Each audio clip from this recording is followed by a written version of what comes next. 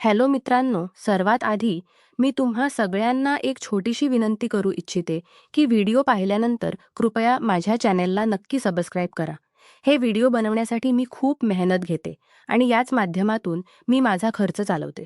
जे कोणी माझ्या चॅनेलला सबस्क्राईब करतील त्यांच्यासाठी मी मनापासून प्रार्थना करते की त्यांचे आयुष्य खूप सुंदर, समृद्ध, आनंदी आणि सुखी होवो.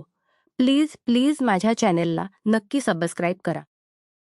ऑफिसमध्ये कामाचा प्रचंड व्याप होता. रात्रीचे 9 वाजले होते. तरीही प्रिया मॅडम आपल्या केबिनमध्ये बसून होत्या. मी माझं काम संपून निघणार इतक्यात त्यांनी मला कॅबिनमध्ये बोलावलं. त्या दिवशी त्यांच्या चेहऱ्यावर नेहमीसारखा आत्मविश्वास नव्हता, तर एक प्रकारची अस्वस्थता. "बसना, मला तुझ्याशी काही बोलायचं आहे," त्या म्हणाल्या. त्यांनी कॅबिनचा दरवाजा लावून घेतला. मी थोडा गोंधळलो होतो. त्या माझ्यासमोर येऊन बसल्या. निळ्या रंगाच्या साडीत त्यांचं सौंदर्य आज अधिकच खुलून दिसत होतं.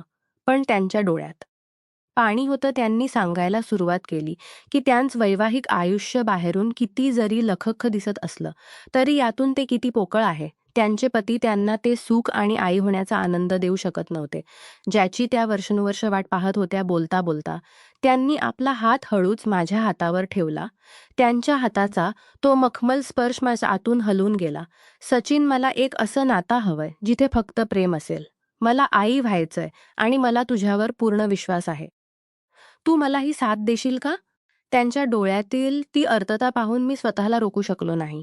मी त्यांचा हात घट्ट धरला. त्यांना हळूच उठल्या आणि माझ्या जवळ आल्या. आमच्यातील अंतर आता संपलं होतं. त्यांच्या श्वासाचा वेग वाढला होता आणि त्यांचा तो सुगंध मला वेड लावत होता. त्यांनी आपले हात माझ्या खांद्यावर ठेवले. त्या क्षणी ऑफिसमधील ती शांतता केवळ आमच्या श्वासाने भंग पावत होती. त्यांनी अत्यंत प्रेमाने माझ्या कपाळावर आणि गालावर स्पर्श केला. त्यांच्या त्या स्पर्शात एक वेगळीच ओढ होती. एक अशी भूक होती जी कित्येक वर्षापासून क्षमावली नव्हती. "आज मला स्वतःसाठी जगायचं आहे," त्या कुजबुजल्या.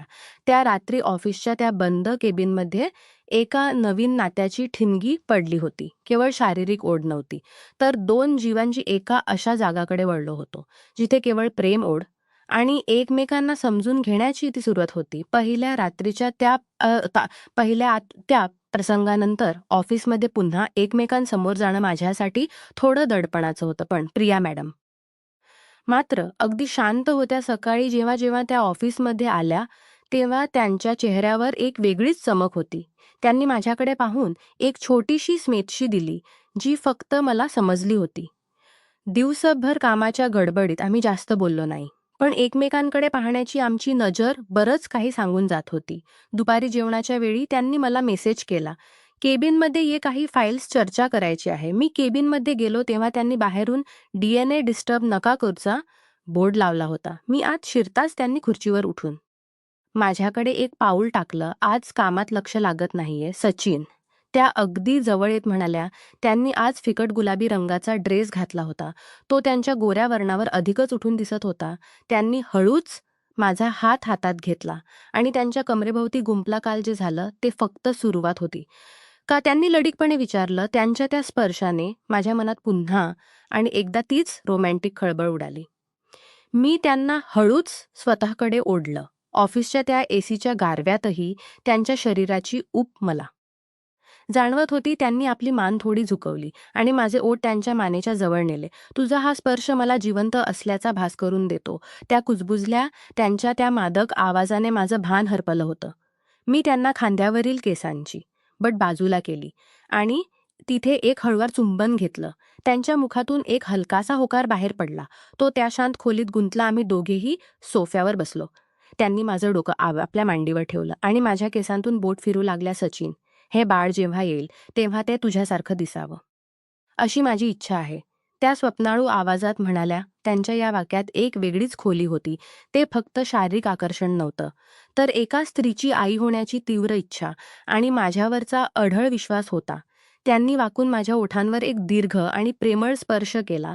त्यांच्या स्पर्शात आश्वासन होतं, ओढ होती आणि भविष्यातील एक मोठ्या निर्णयाची तयारी होती.